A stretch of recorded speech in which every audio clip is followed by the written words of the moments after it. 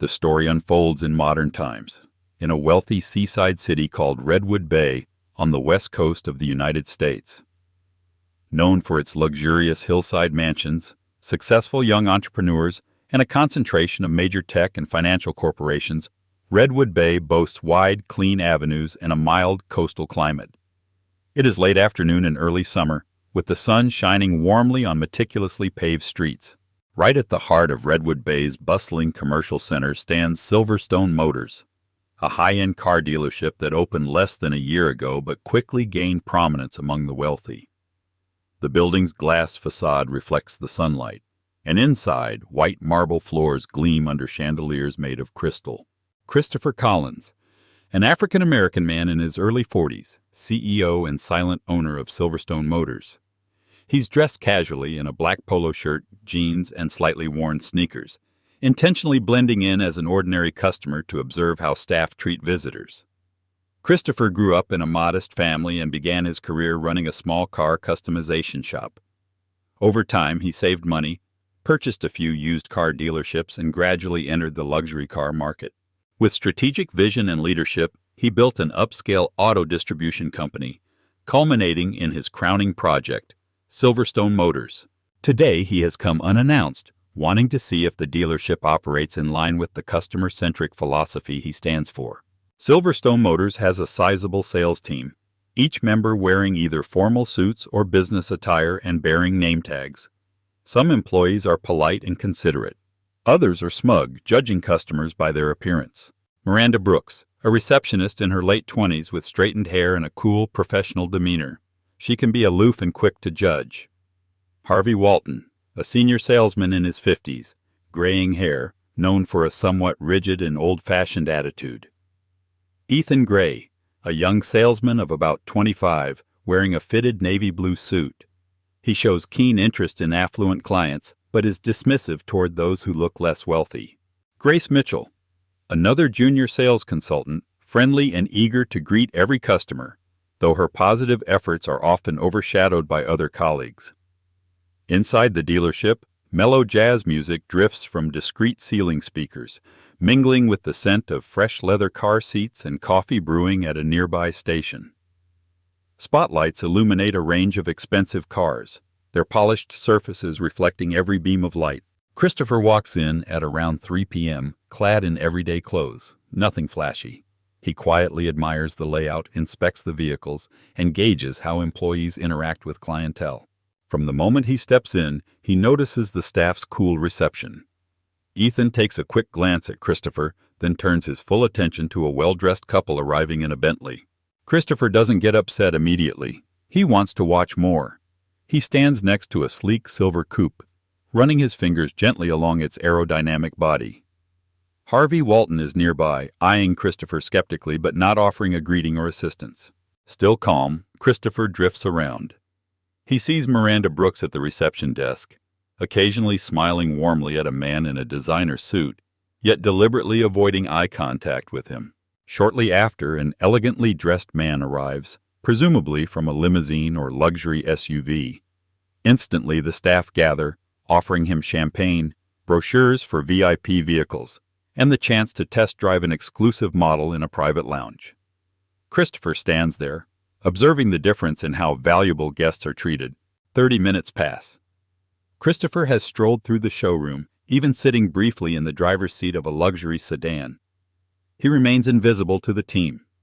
Irritation mounts, but he stays composed. Soon Christopher decides to be proactive. Approaching the reception desk, he politely addresses Miranda. "Excuse me, I'd like some help looking at the new sports models." Miranda barely looks up from her computer. "All our salespeople are busy," she says curtly. "If you're just looking around, you can wait outside until someone is free." Christopher arches a brow. "Outside?" She keeps typing, uninterested. "Yes, sir. We like to keep our showroom reserved for serious buyers. If you really want to purchase, we can schedule an appointment. Not just a brush-off, but a thinly veiled judgment." Christopher grips the counter edge, holding back irritation. Harvey Walton, who has just finished catering to a wealthy couple, overhears. He steps over without a smile. "Sir, this dealership caters to a certain clientele," he says, glancing down at Christopher's worn sneakers. Are you sure you're in the right place? Christopher stares back. And you? A brief flicker of discomfort crosses Harvey's features. Perhaps you'd be more comfortable in the used car section at the back, he suggests. We have great financing options if that's what you're looking for. No doubt remains. This is deliberate snobbery. Christopher nods slowly as if considering, then glances at the VIP room where a well-dressed visitor is enjoying champagne. He lets out a sigh, takes out his phone, and dials. He calls Raymond Clark, his trusted COO who oversees Christopher's network of dealerships. Christopher, quietly but firmly. Ray, I need you at Silverstone Motors right now. He ends the call. The employees have no idea who he truly is, but they will soon find out. 15 minutes later, a black Rolls-Royce Phantom glides up to the entrance, its pristine paint reflecting the afternoon sun. A valet rushes forward to open the passenger door. Out steps a tall man in a charcoal gray suit, exuding authority as he adjusts his cufflinks. Every conversation inside the showroom halts. The staff who ignored Christopher scramble to fix their ties and jackets. Harvey Walton stands frozen. The suited man strides confidently across the marble floor, scanning the room until his gaze settles on Christopher. He smiles. Sir, he greets, my apologies for the delay. Everyone looks like they've seen a ghost. Christopher, still calm, acknowledges the greeting. Now, the staff finally sense the magnitude of their mistake. Raymond announces loud enough for all to hear, Allow me to introduce Mr. Christopher Collins, CEO and owner of Silverstone Motors. Miranda's face goes pale. Harvey Walton's complexion shifts from red to white. Ethan Gray, the young salesman, simply gapes. Christopher gazes around, disappointment unmistakable. I'm afraid this isn't the kind of customer service I envisioned for Silverstone Motors, he says. The entire showroom seems paralyzed by shock and dread. Christopher has exposed the very prejudice he sought to eliminate. And it's only the beginning of the reckoning. In the sprawling interior of Silverstone Motors, time seems to stand still. Every employee, even those not directly involved in the snubbing of Christopher, feels uneasy. They worry about facing repercussions for not intervening. Raymond stays quietly by Christopher's side, letting his boss take the lead. He has seen Christopher conduct these undercover checks before, but has never witnessed such blatant discrimination. Originally, Christopher intended Silverstone Motors to champion 3 core values: respect for every customer, no discrimination based on looks, background, or finances; dedication, providing swift, transparent service; innovation, constantly updating sales methods and ensuring a top-tier experience. Yet today's incident reveals a troubling breach of these values. Christopher stands with his hands in his pockets, scanning the staff. He locks eyes with Miranda. You told me to wait outside, he says. Why? Miranda stammers, eyes downcast. I thought you were just browsing. I didn't realize. Christopher nods. Indeed you didn't. But you decided I wasn't a serious customer just by my polo shirt and sneakers. She falls silent. He shifts his gaze to Harvey Walton. You've been in the auto business for years. You should know better than to judge a customer by appearances. Why treat me this way? Harvey gulps. I didn't think. I was just trying to. I'm sorry, sir. Ethan Gray tries to justify himself. I was busy with other clients, sir. But Christopher is unconvinced. You glanced at me and then walked away. Busy or not, a simple greeting or offering me a seat wouldn't have hurt. Ethan drops his gaze. At this tense juncture, Grace Mitchell, the kind junior sales rep, walks out from the administrative office, unaware of what transpired. Seeing the silent crowd and Christopher's stern expression, she senses something serious. Grace quietly asks a colleague, "What's going on?" Raymond notices her, offering a subtle nod that indicates the situation is dire. Summoning courage, Grace steps forward. "I'm sorry, I have something to say," she begins, eyes shifting between Christopher and the uneasy group. With Christopher's permission, she confesses that she has repeatedly seen colleagues focus on wealthy-looking clients while ignoring others with a more modest appearance. "I wanted to report it, but I was afraid of losing my job," she admits. Though belated, her honesty softens Christopher's features slightly. He gives Raymond a meaningful look. "It's clear this problem didn't arise overnight. We've allowed it to fester," Raymond acknowledges with a grave nod. Christopher recalls his earlier days, working as a humble used car salesman. He was once the only person willing to greet a farmer wearing dusty clothes, who turned out to be wealthy enough to buy 3 pickup trucks in one go. That taught Christopher never to judge people's financial capacity by their outward appearance. Now, ironically, in his own high-end dealership, he finds the same prejudice. He's disappointed but remains resolute. He addresses the staff firmly but calmly. Respecting the customer is a non-negotiable principle. Anyone who violates it has no place at Silverstone Motors. Looking pointedly at Miranda, Harvey, and Ethan, he continues, "I'm sorry, but you've broken our core values." Before anyone can protest, Christopher announces, "Effective immediately, you're all terminated." Miranda pleads, tears in her eyes, "Sir, please, I have a family. I truly need this job." Harvey stammers, "I've been in this industry for decades. Please reconsider." Ethan is speechless, his forehead beaded with sweat. Christopher inhales deeply. Firing employees isn't pleasant, but he knows that condoning their actions would corrupt the company's culture.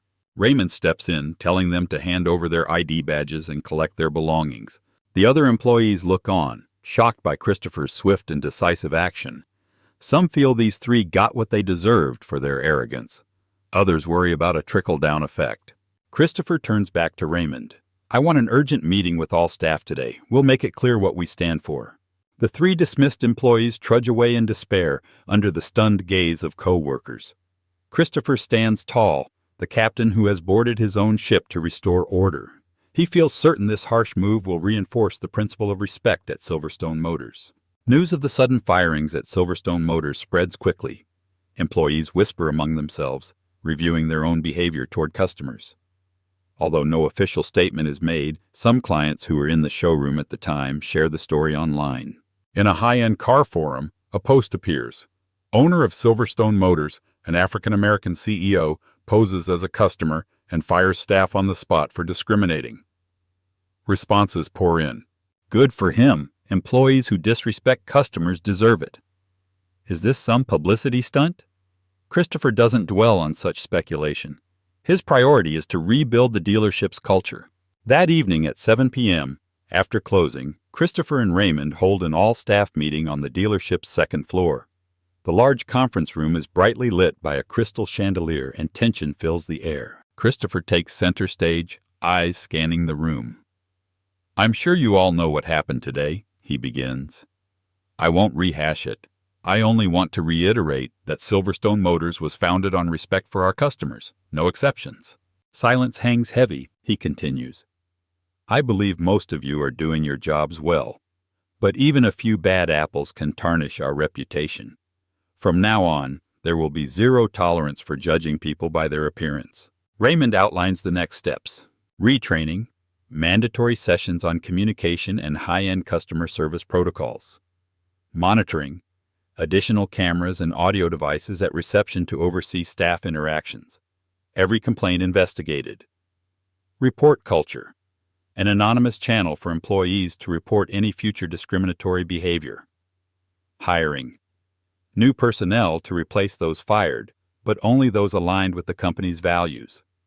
Christopher adds, "We're not just selling fancy cars, we're selling an experience. If we lose trust, we lose everything." After the meeting, Christopher and Raymond speak with Grace Mitchell to thank her for her honesty. Christopher says, "I appreciate that you spoke up. Even if it was late, it's still better than silence. I hope you'll keep supporting our culture of respect." Grace seems relieved. "I just worry my colleagues might resent me for snitching." Raymond reassures her, "If they do, they're part of the problem. Don't worry, you have our full backing." Grace feels more confident, resolving to uphold the new company ethos. Christopher leaves the dealership for the day. Outside, Redwood Bay's skyscrapers glow in the late-hour darkness, and the roads are less crowded. He slides into the rear seat of his Rolls-Royce, exhausted but at peace with his decision. During the drive, he recalls how he once faced similar scorn as a retail clerk. Now, ironically, he's had to confront it within his own staff. Nonetheless, he feels he's done the right thing. Christopher's thoughts drift to his wife, Elena, and their 8-year-old son, Marcus. They live in a comfortable home in Redwood Bay, but his busy schedule often keeps him from them. He's determined to teach Marcus to treat everyone with fairness. In the back of the car, he can almost hear his son asking, "Dad, what happened at work today?" Christopher smiles faintly, looking forward to explaining that we must respect others no matter what. Raymond updates Christopher by phone about concerned minor investors. Some fear negative publicity will harm us. Christopher exhales. Be transparent. I'd rather be accused of overreacting than let the company culture rot from the inside. Let's also announce we're hiring fresh talent. This might be our chance to attract the best. Raymond agrees. A swirl of memories flashed through Christopher's mind.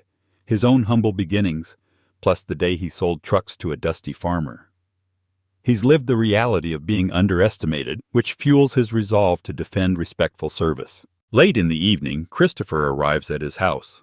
Elena greets him with concern, having seen online chatter about the firings. He briefly assures her that he did what was right before retreating to rest.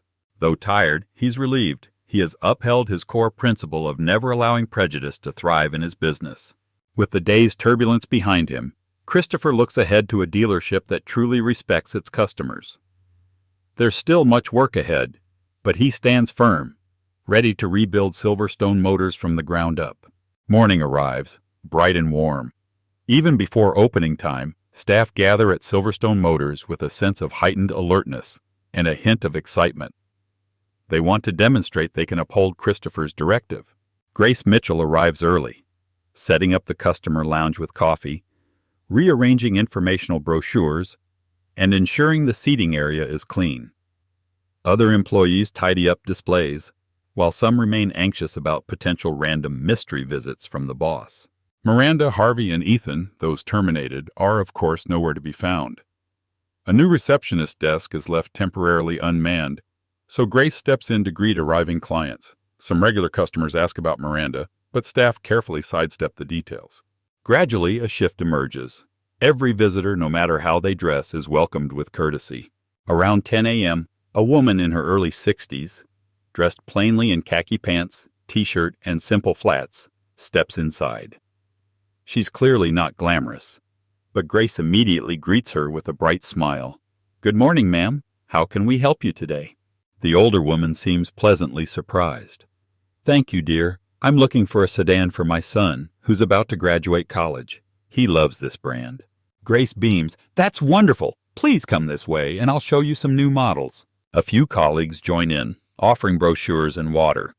This kind of warm reception aligns perfectly with Christopher's original vision. While the staff are busy, Christopher takes a break from upstairs meetings to quietly watch the interaction. He notices Grace assisting the older woman, named Martha Lewis, with genuine enthusiasm. He smiles to himself. It looks like the dealership is slowly embracing the principle of giving every customer star treatment, regardless of appearance or presumed spending power. Around midday, journalist Thomas Park from Business and Life arrives, requesting an interview with Christopher. He wants to write a piece about high-end customer service in Redwood Bay, referencing the widely discussed firings. Raymond hesitates briefly, but Christopher agrees, hoping to share the dealership's perspective rather than let rumors dictate the narrative. Christopher's second-floor office features dark wood paneling, plush leather furnishings, and modern art. The floor-to-ceiling window offers a view of the showroom below. Thomas Park, mid-30s with neat attire and glasses, sets a recorder on the desk. Thomas. "Mr. Collins, word is you recently fired employees for discriminating against a customer, who turned out to be you in disguise. Can you comment?" Christopher.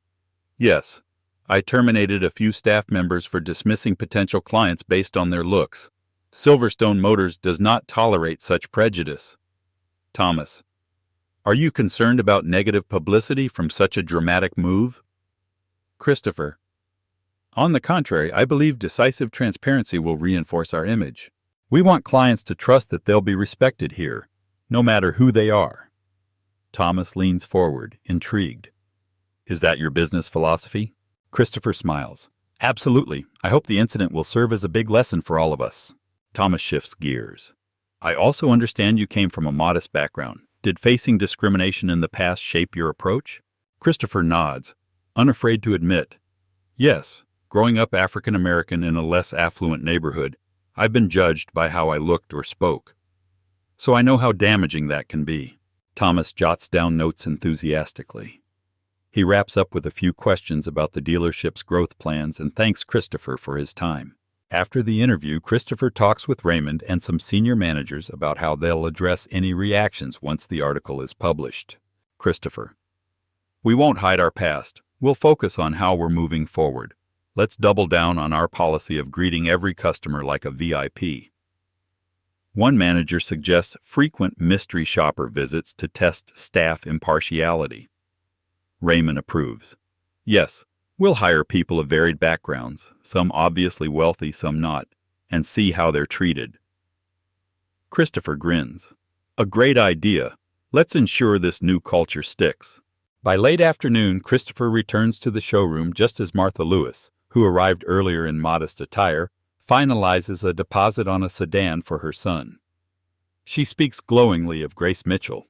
Christopher approaches, introducing himself. "I'm Christopher Collins, owner of Silverstone Motors. Thank you for choosing us." Martha smiles. "Oh, I didn't expect to meet the owner. My son will be thrilled to hear about your involvement." Christopher replies warmly, "We're honored to have your trust. Please, let us know if you need anything else." Seeing Martha's genuine satisfaction reassures Christopher that decisive action was worth it. The day concludes on an optimistic note. Despite losing some employees, Silverstone Motors seems more united. Everyone now understands that the key to success is genuine respect for all customers. Christopher departs at sunset, brimming with ideas for the future. Under his breath, he muses, "This is only the beginning." Continued in parts 5 to 8. Scroll down for the next sections.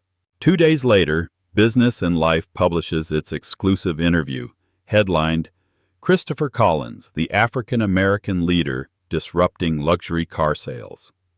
The article details Christopher's humble origins, his vision for Silverstone Motors, and the recent firings that underscored his zero-tolerance approach to discrimination. The piece goes viral online, sparking widespread reaction. "Fantastic! Would love to see more CEOs like him. I support him. Discrimination is never acceptable." Could be a PR stunt, but if it's real, that's amazing. Either way, the publicity draws new customers to Silverstone Motors, many curious to see if the service is truly as welcoming as advertised. Over the next week, the dealership sees a noticeable spike in foot traffic. Some visitors come dressed modestly on purpose, testing whether staff will treat them respectfully. Others are genuinely interested in buying. The current staff do their best to maintain proper decorum, sometimes feeling stretched thin due to the employee shortage. Following the plan, Silverstone Motors advertises open positions for receptionist and sales personnel. The job listing explicitly states, "Candidates must embrace a respectful, non-judgmental approach to all customers."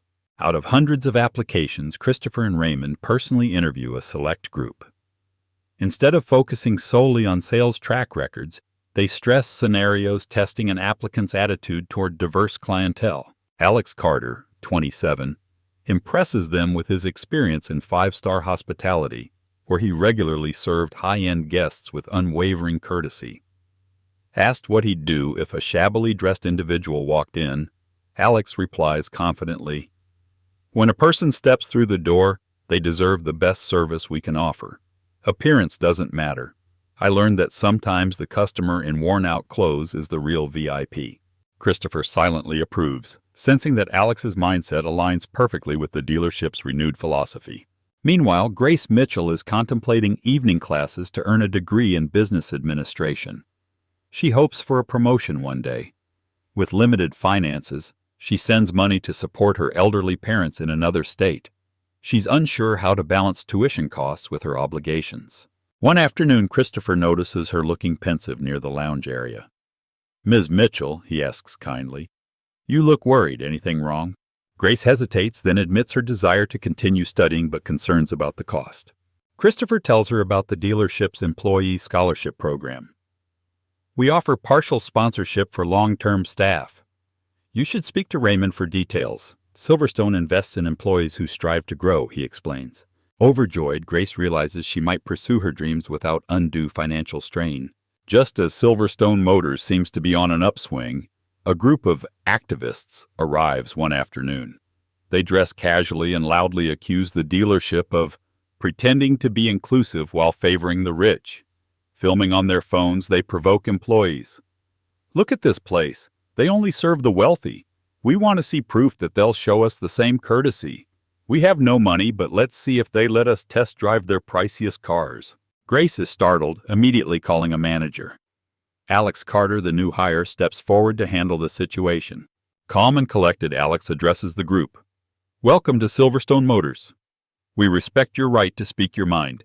If you're here to learn about our cars or have questions, I'm happy to help. If you'd like to discuss matters privately, we have a designated lounge. One protester raises his voice. Show me your most expensive car. I bet you'll kick me out because I can't afford it. Alex merely smiles. Certainly, sir. Let me show you our luxury and performance models. Shall we start with our top-range sedan? Caught off guard by his polite compliance, the protester follows Alex, phone still recording, but with less hostility. Meanwhile, Grace and other staff courteously offer seats and refreshments to the rest of the group, diffusing tension. Raymond, alerted to the commotion, appears, introducing himself as COO. He politely reiterates the dealership's equal service policy, inviting the activists to experience it firsthand. Seeing no confrontation to latch onto, the group eventually leaves quietly, apparently disappointed they couldn't film a scandal. Christopher later hears a report of the incident. Well done, he praises. That's exactly the kind of response we should show. The group's attempted expose ends up showcasing the dealership's new approach. Courtesy for all. Social media speculations die down when no damning footage emerges. Customers, both affluent and average income, continue to flock there, reassured that Silverstone Motors genuinely enforces respectful service. Gradually, the dealership gains a reputation for being the most customer-friendly place in Redwood Bay, sustaining Christopher's vision. Buoyed by renewed success, Christopher decides to hold a major customer appreciation event at the dealership, inviting media, partners, and loyal clients. The event aims to unveil a new line of electric cars while also reaffirming the dealership's inclusive philosophy. 2 weeks later, Silverstone Motors is transformed for the big celebration. A red carpet is rolled out, banners bearing the company logo are strung up, and a small stage stands at one end.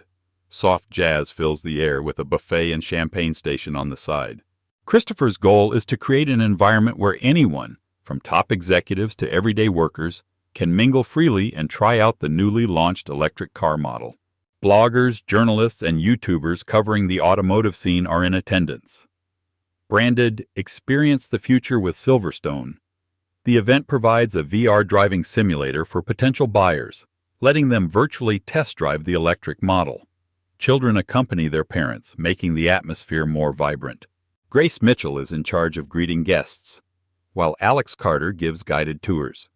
Raymond supervises overall management, and Christopher floats between groups to personally thank key attendees. A professional events team has been hired to ensure seamless organization. Elena Collins, Christopher's wife, elegantly dressed, making a rare appearance at an automotive event to support her husband. Marcus, their 8-year-old son.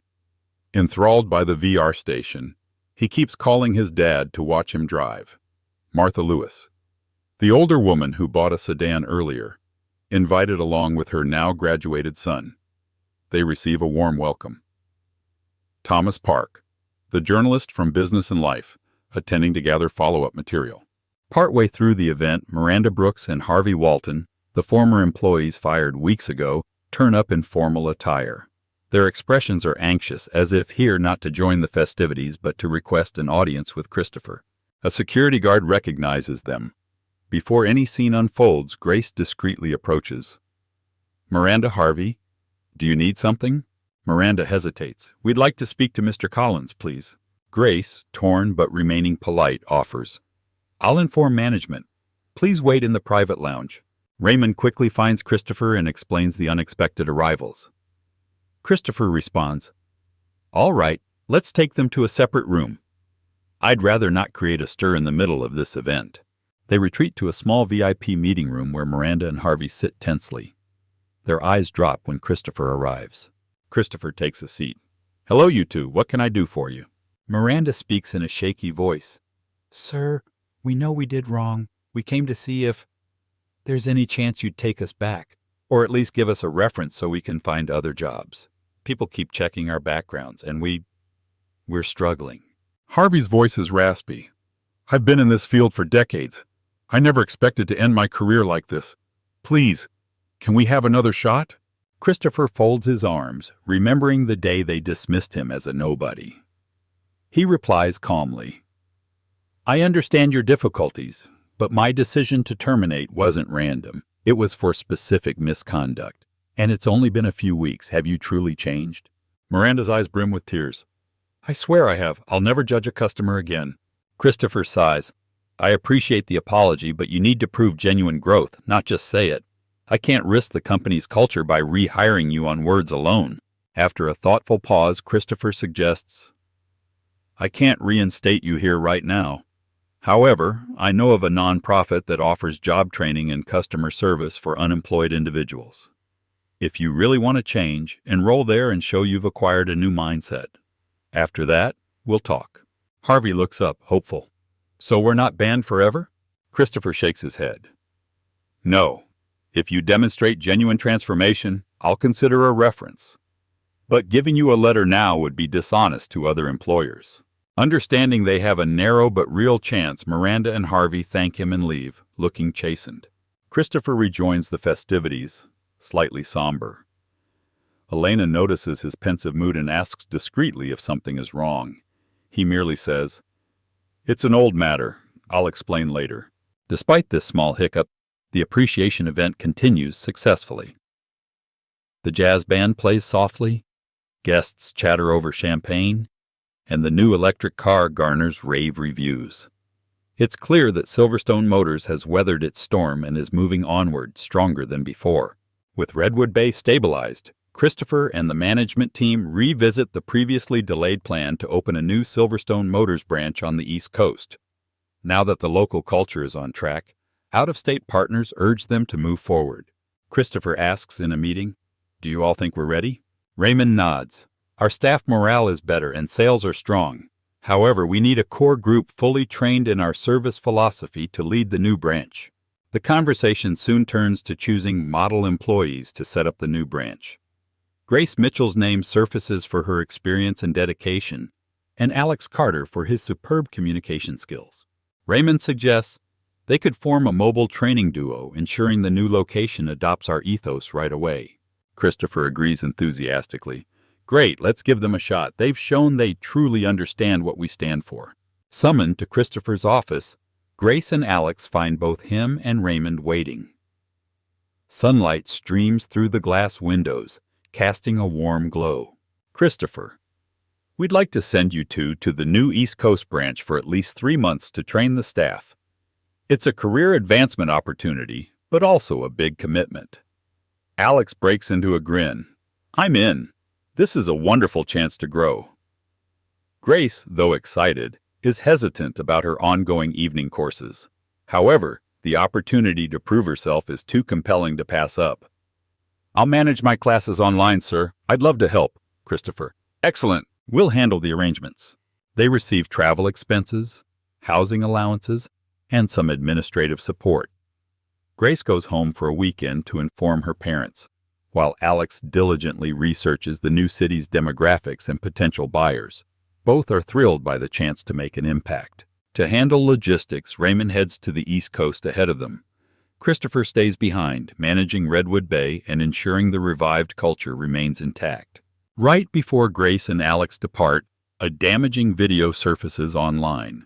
Posted by an anonymous account, it exposes Silverstone Motors for allegedly serving only the rich and kicking out the poor, featuring suspiciously edited footage, likely with glimpses of Harvey or Miranda. Though blatantly misleading, the clip sparks a wave of criticism in certain corners of social media. "See? They're still elitist. Their change is fake." Christopher convenes a crisis management meeting with the PR team. They decide to respond publicly, clarifying that the footage is doctored. They invite skeptics to visit Silverstone Motors personally. He also consults a lawyer about possible legal action for defamation. Christopher then records a short direct video statement saying, "I'm Christopher Collins, CEO. We do not discriminate, and we have extensive in-house video evidence of our staff's inclusive service. If anyone doubts, come see for yourself. Existing loyal customers post supportive testimonials, easing the backlash. Soon, Silverstone's IT department discovers the clip was likely uploaded by a rival luxury car dealership looking to undermine them. Christopher contemplates a public confrontation but ultimately decides, "We'll issue one factual rebuttal, then focus on real service. Our genuine practices will speak louder than ongoing mudslinging." Finally, Grace and Alex catch their flight. Colleagues, including Christopher, gather to see them off at the airport. They exchange excited farewells and promise to uphold Silverstone's values. Before stepping through security, Grace waves, "I won't let you down, Mr. Collins." Alex nods in agreement. "We'll make sure the new branch thrives." Christopher watches their plane ascend, feeling proud. The dealership has come a long way since that fateful day of dismissals. There will be more challenges ahead, but with a solid cultural foundation, Christopher believes Silverstone Motors can expand successfully while maintaining respect for every customer. He smiles to himself, heading back to Redwood Bay with renewed purpose. Time passes swiftly. A full year has gone by since Christopher's shakeup of Silverstone Motors. The dealership has stabilized, with improved customer traffic and a stronger reputation. The new East Coast branch, guided by Grace and Alex, flourishes under the same philosophy of respectful service. Meanwhile, Miranda and Harvey took part in a customer service training program. Harvey emails Raymond, admitting his past mistakes and thanking Christopher for not shutting him out entirely. They have found new jobs, apparently applying their lessons. Reading Harvey's email, Christopher feels relieved. Although he has no plans to bring them back, he's glad they're turning things around. Christopher launches a fund called Drive for Equality, sponsoring free sales and customer service training for unemployed people, especially those from marginalized backgrounds. Grace and Alex, now partially stationed on the East Coast, offer virtual workshops. The idea is, the more people learn to serve customers with genuine respect, the fewer discriminatory incidents society will face. The City Council recognizes Silverstone Motors for its community impact, awarding a Customer Service Excellence honor. At a glitzy ceremony in Redwood Bay's Convention Center, Christopher stands before an applauding crowd to receive the plaque. He delivers a brief acceptance speech. "This award belongs to our entire team, who practice our vision of respecting every customer. We stumbled in the past but rose stronger by sharing core values." After the ceremony, reporters ask Christopher to pose with a car. He chooses the silver sedan he once admired in the showroom while being ignored. Placing a hand on its sleek hood, he gazes confidently into cameras, a fitting symbol of his journey from dismissed customer to transformative leader. Later that evening, he returns to Silverstone Motors, strolling through once troubled spots. No clusters of inattentive staff remain. Instead, the receptionist eagerly greets him, even though it's nearly closing time. No longer does Christopher feel the need to disguise himself as a secret shopper. An established system ensures consistent respect for all. Before heading home, Christopher video calls his 8-year-old son Marcus, who excitedly shares news about scoring high on a writing project on futuristic flying cars. Marcus says, "When I grow up, I'll build flying cars so everyone can ride them, Dad." Christopher smiles, warmth in his chest. "That's awesome, son. Let's make sure everyone can experience that no matter who they are." Stepping out of the dealership into Redwood Bay's night air, Christopher reflects on everything. From the day he quietly entered Silverstone Motors in casual attire and was asked to leave, to taking a stand and firing those responsible, and ultimately steering the dealership toward a more inclusive culture. The greatest lesson: never judge a book by its cover. A business that cherry-picks its customers sabotages its own credibility. But upholding respect and fairness unlocks limitless possibilities, not just in revenue, but in human relationships. Far from diminishing, Silverstone Motors has emerged stronger. Customers come from all walks of life, certain they'll be treated with dignity. The story of a black CEO who was initially mocked in his own showroom, but then courageously reformed it, continues to inspire. Christopher still shows up daily, but now in a spirit of encouragement rather than gotcha investigations. He praises staff like Grace and Alex for their dedication, and also extends opportunities to people who, like him, once faced skepticism. The story concludes at twilight, with Christopher driving away from Silverstone Motors under a brilliant orange sky. The road before him is wide and open, symbolizing new beginnings, shaped by the unwavering principle that respect is not just a slogan, it is the bedrock upon which any enterprise or person can attain genuine success and spread positive change. That final message captures the core of his journey, a lesson he hopes others will carry forward.